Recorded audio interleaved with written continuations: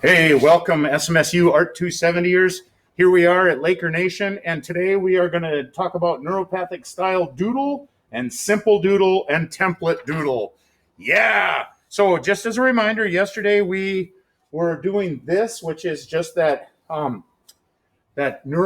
style art, and it is a series of lines that we create, and I'm going to go over that and show you just give you a good reference of what it is we're doing and how we're doing it, and get my camera set up here right. So just as a reminder, I make a line, and I did 6 lines, and I brought 6 lines through and intersected each other so that we get where angles where they cross. And then I pretend that I'm riding my bike, and I come to the corner and I round my corner instead of going straight to my corner. So my bike comes here and it rounds the corner. And I end up kind of making a star shape from this, and I just fill that in. Now, talked about how to complete this by coloring, and we demonstrated a couple different methods, and I'm going to show a couple methods here right away. So first thing we can do is you can use oil pastels. So here's some crayons, a 25 pack. They're brightly colored. And I can use them in a lot of different ways. I'm going to take this purple and this dark purple and my white. And I'm just going to show you that I can put a layer of purple down. I could fill that in part way. Then I'm going to add my lighter purple.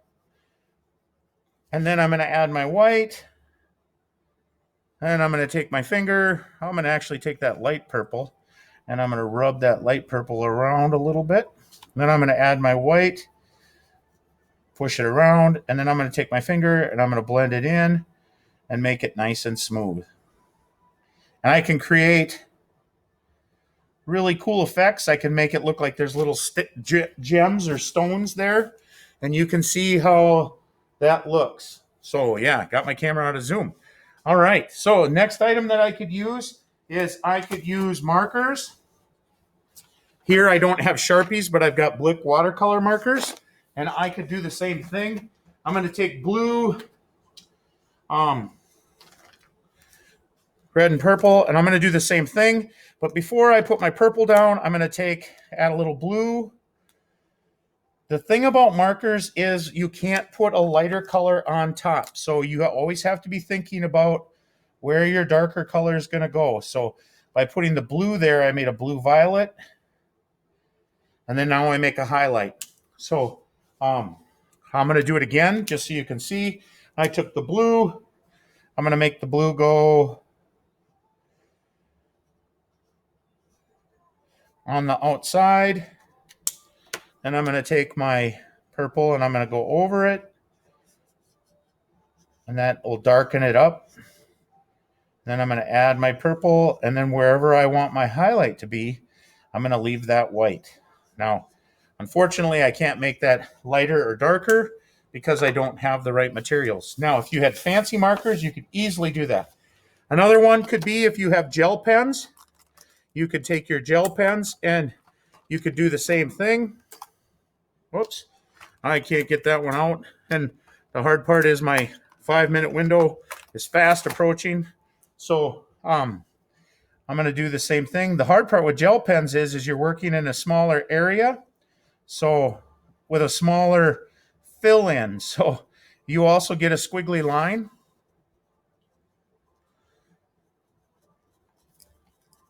And some people like how that looks. And I'm going to add the lighter color here. And I'm going to add that out a little bit. I think I might take a blue. And I like how gel pens look, but I'm going to take a blue. I'm going to add that blue to the corners just like I did before. And I get a 3-dimensional view.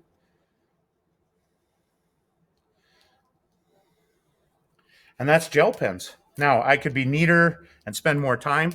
I'm also going to talk about 2 different types of the other types of doodles. I'm going to fill in all the negative space in here. I'm choosing to use 1 set of colors right now, but I could eventually make it more colors.